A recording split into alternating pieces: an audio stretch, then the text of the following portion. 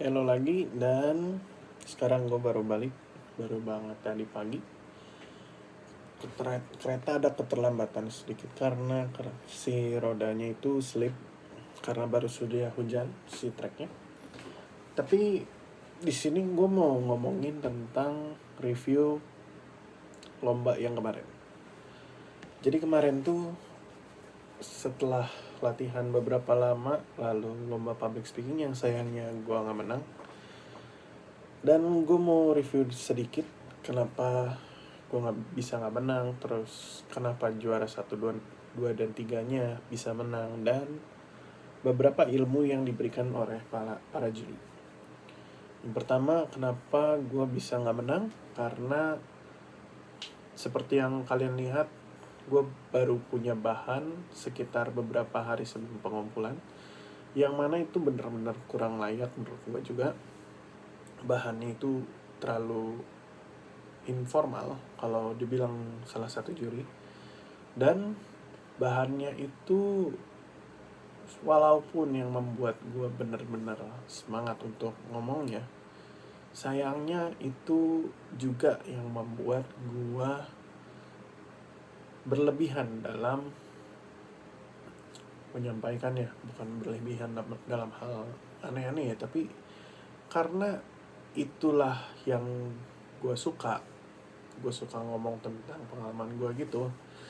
Jadi gue kebablasan menjadi diri gue sendiri, yang mana itu merupakan salah satu hal yang buruk, karena gue jadi gak bisa kontrol apa yang gue ngomongin, dan pada akhirnya apa yang gue omongin itu jadi sesuatu yang tidak baku kadang-kadang.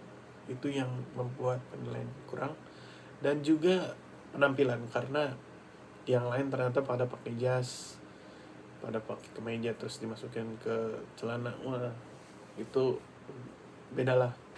Ya itu karena persiapan gue yang kurang dari segi materi. Kalau dari segi latihan gue rasa udah cukup banget. Itu kenapa gue kalah, dan kita akan ngomongin kenapa ada juara 1, 2, 3-nya. Jadi juara pertama itu dia punya materi yang oke, punya penguasaan materi yang juga oke, penampilannya sangat baik di mata para juri, tidak ada komentar negatif. Jadi dia bisa dapat juara karena itu. Yang juara pertama itu dia punya coach dalam hal public speaking. Itulah kenapa dia bisa menang, dan punya performance yang memang bagus. Gue akui, gue nggak bisa lihat, gue nggak bisa kritik apa-apa karena lumayan flawless. Satu yang gue bisa kritik adalah temponya, kadang-kadang melambat dan kadang-kadang cepat. Yang kedua itu lebih rapih dari yang juara 1, cuma ada beberapa bahasa yang kurang baku, dan beberapa kali dia seperti membuat-buat. Maksudnya membuat-buat adalah dia dalam mengucapkan dan dalam mengatur intonasinya itu seperti robot, kalau gue bisa bilang. Jadi cara ngomongnya itu seakan-akan dia mau rapi, cuma jadinya kurang natural, tapi punya jam terbang yang lumayan tinggi. Jadi para juri merasa dia juga layak gitu juara. Dan juara 3-nya dia adalah mahasiswa ilmu komunikasi, jadi memiliki basic pengetahuan yang oke banget. Padahal itu adalah lomba pertamanya dia. Keren ya.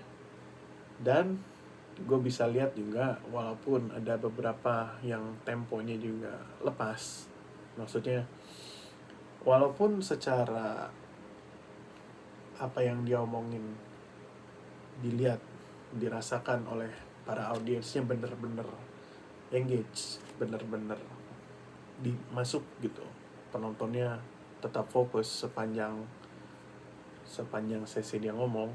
Masalahnya adalah ada beberapa berhenti, dan itu cukup baik dibanding yang lain, karena yang lain itu ketika berhenti ada kata-kata tambahan seperti nah seperti itu.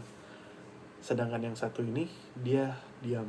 Ini teknik yang sangat baik, oleh karena itu dia punya dapat poin yang lebih, menurut gue kayak gitu. Jadi bukannya apa ya, ngomong kayak gitu tapi dia diem dan mempelankan temponya. Itu teknik yang baik. Itu 1, 2, 3 juaranya. Gue bilang selamat kepada juaranya, walaupun gue masih kenapa sih gue gak juara, kenapa sih persiapannya gak serius-serius banget sih. Mungkin karena memang beberapa bulan kemarin gue sibuk, dan seharusnya gue udah nyiapin dari lama. Pengumuman si teknisnya itu udah dari Januari Februari, cuman entah kenapa gue nggak mulai bikin dari situ. Harusnya gue mulai dari awal, karena ternyata ya sebelum ikut perlombaan jadwal gue bener-bener padat, sepadat-padatnya gitu. Oke, kita masuk ke bahasan apa aja yang gue dapet dari para juri. Yang gue ingat aja ya, karena gue udah mulai lupa-lupa. Jadi yang gue dapet adalah, yang terpenting dalam public speaking adalah kita harus menggapai sebuah idenya, kemudian kata-kata akan mengikuti. Jadi ketika kita mendapatkan sebuah ide dan kita tidak perlu menghafal si teks panjang yang kita buat itu, kita cukup mengetahui apa sih ide yang ingin kita sampaikan, kemudian secara natural kata-kata akan keluar dari situ. Kurang lebih seperti itu. Ada bahasa Latinnya, gue lupa, bisa dicek di mana ya. Pokoknya gitu. Jadi kata-kata akan mengikuti ide yang kita sudah gapai. Itu poin pertama, penting. Yang kedua adalah cara untuk membiasakan diri adalah mengulangi sebanyak 21 hari. Ini ada di dalam bukunya 7 Habits kalau nggak salah. Gue baru baca 3 bab, itu pun karena jadi calon ketua himpunan. Kalau enggak gue nggak akan baca juga, padahal ada di rumah. Dan apalagi ya di sini yang gue ingat, karena nggak ada yang nyatet setahu gue, tentang penyerahan piagam itu, yang nyerahin harus ada di kiri audiens. Jadi kalau menurut yang ngasih itu, yang ngasih ada di sebelah kanan. Terus teknik dalam durasi enggak sama apa ya, bahasan juga ini ya. Yang penting itu kita menguasai bidang yang kita bawakan.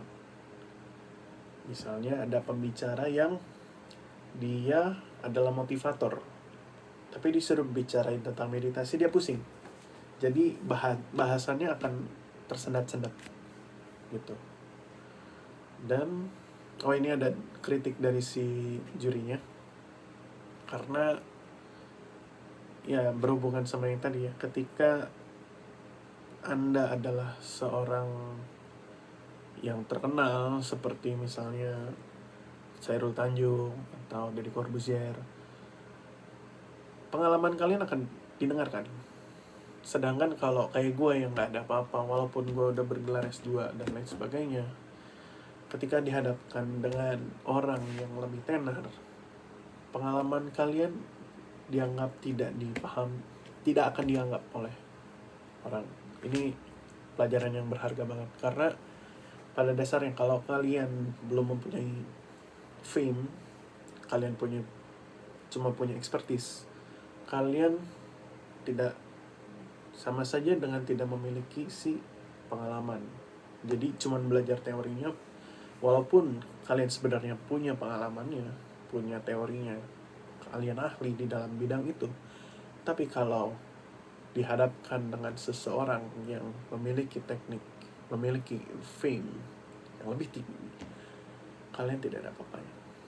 Jadi ketika menjadi seseorang yang bukan siapa-siapa dan melakukan public speaking, hendaknya mengutip teori-teori yang orang-orang yang terkenal atau orang-orang profesional gitu. Masalah teknik lagi sih, ada teknik untuk minta maaf, mohon maaf.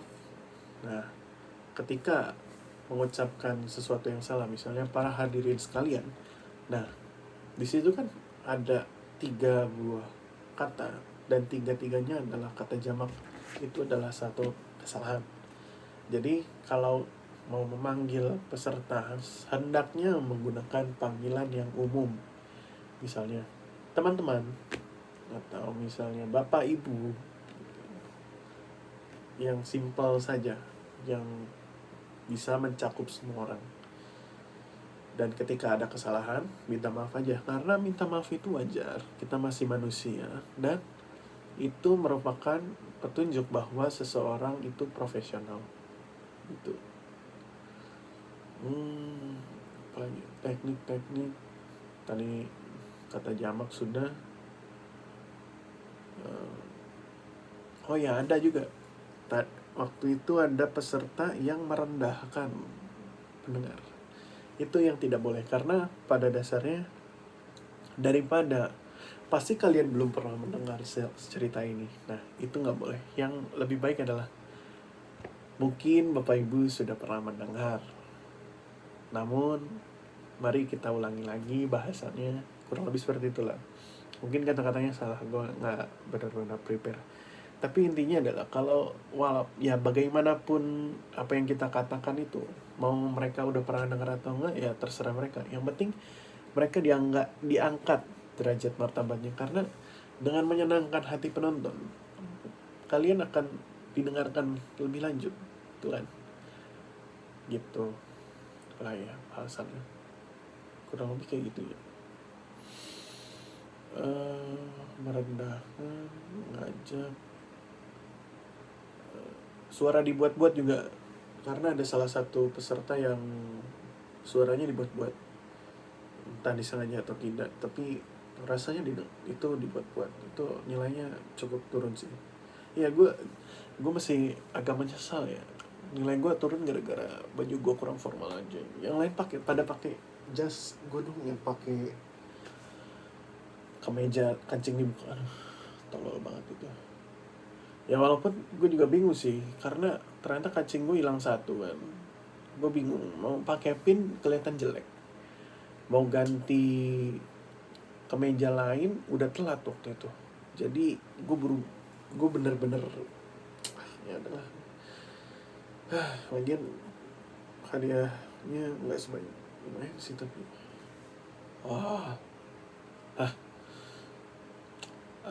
apalagi ya pelajaran yang bisa diambil. Oh ya, di panggung juga waktu itu ada salah satu peserta yang grogi, sehingga mengajak peserta lainnya untuk tepuk tangan. Itu salah satu cara yang unik. Tapi menurut gue, oh ya, sama satu lagi adalah ketika penonton tepuk tangan terus kalian minta tepuk tangan yang keras lagi, itu yang salah. Itu mengganggu, jadinya mengganggu, karena termasuk merendahkan, istilahnya seperti itu. Apa lagi ya? Udah sih kayaknya ya.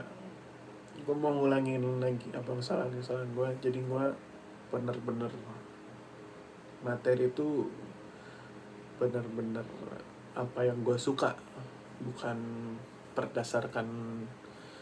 Gue tadinya udah mau bikin slide kan, awalnya disuruh bikin slide tentang public speakingnya. Terus gue udah nyiapin materi tentang pemimpin, gue mau ceritain tentang pengalaman gue, tapi kalah juga ya kalau pengalamannya. Ya adalah, jadi gue mau nyambungin antara si ada pemimpin yang baik dan yang tidak baik berdasarkan Buddhisme. Awalnya mau kayak gitu, cuma ternyata cuman boleh pakai naskah, dan naskahnya dikumpulkan ke para juri. Akhirnya ya gue dan materi untuk yang pemimpin itu menurut gue agak malas juga. Gue harus ngomong tentang materi pemimpin, jadi akhirnya gue pakai materi naik gunung seperti yang udah pernah gue sampaikan, yang hasilnya kurang baik ya. Jadi ini sepenuhnya kesalahan gue harusnya bisa berdamai, karena ini adalah salah gue. Nggak boleh iri sama temen gue yang juara 3, walaupun baru ketemu waktu itu sih. Ya aneh juga ya, itu dia adalah orang pertama yang gue temuin waktu nyampe Jogja. Dia ternyata lomba di perlombaan yang sama, dan pertama kali ikut lomba, aduh lucu banget sih kenapa. Tapi to be fair, gue pertama kali ikut lomba public speaking pun menang juara 3.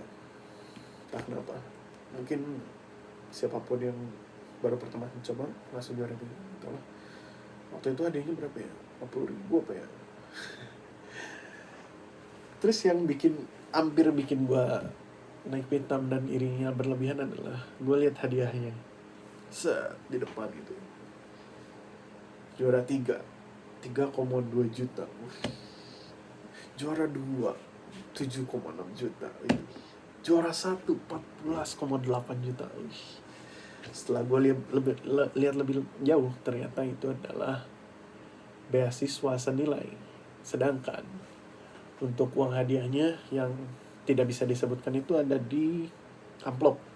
Jadi mereka yang menang itu dapat piagam, lalu dapat medali, dapat amplop, kemudian dapat boneka maskot dan juga si beasiswa itu.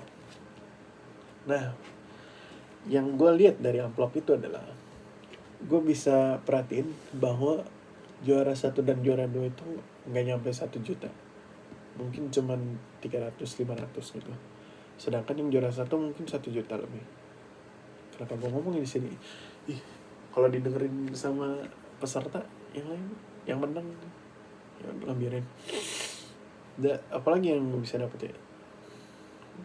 Kayaknya gue bikin video terpisah deh buat nyeritain pengalaman gue selama ikut Porsen ini. Mungkin masuk Instagram.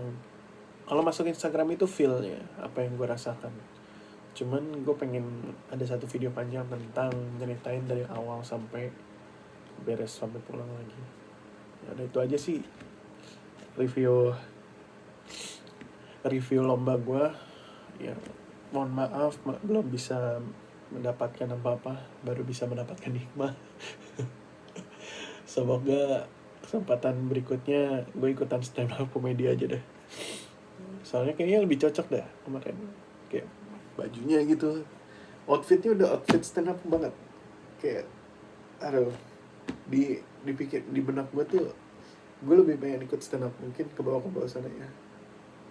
Jadi gue sampai ngomong sama si temen gue yang juara 3 itu, kami datang untuk hadir. Jadi ya kita semua tahu yang kontingen dari gue nggak akan menang. Adalah satu dua yang ada kemungkinan mereka menang karena mereka latihannya sering, dan tentu saja olahraga nggak butuh materi kan. Karena latihannya sering gitu. Jadi ya namanya juga public speaking butuh jam terbang lah. Mungkin setahun kemudian cara bicara gue udah beda nih di YouTube, atau lah nggak ada yang nonton juga. Udah, bye.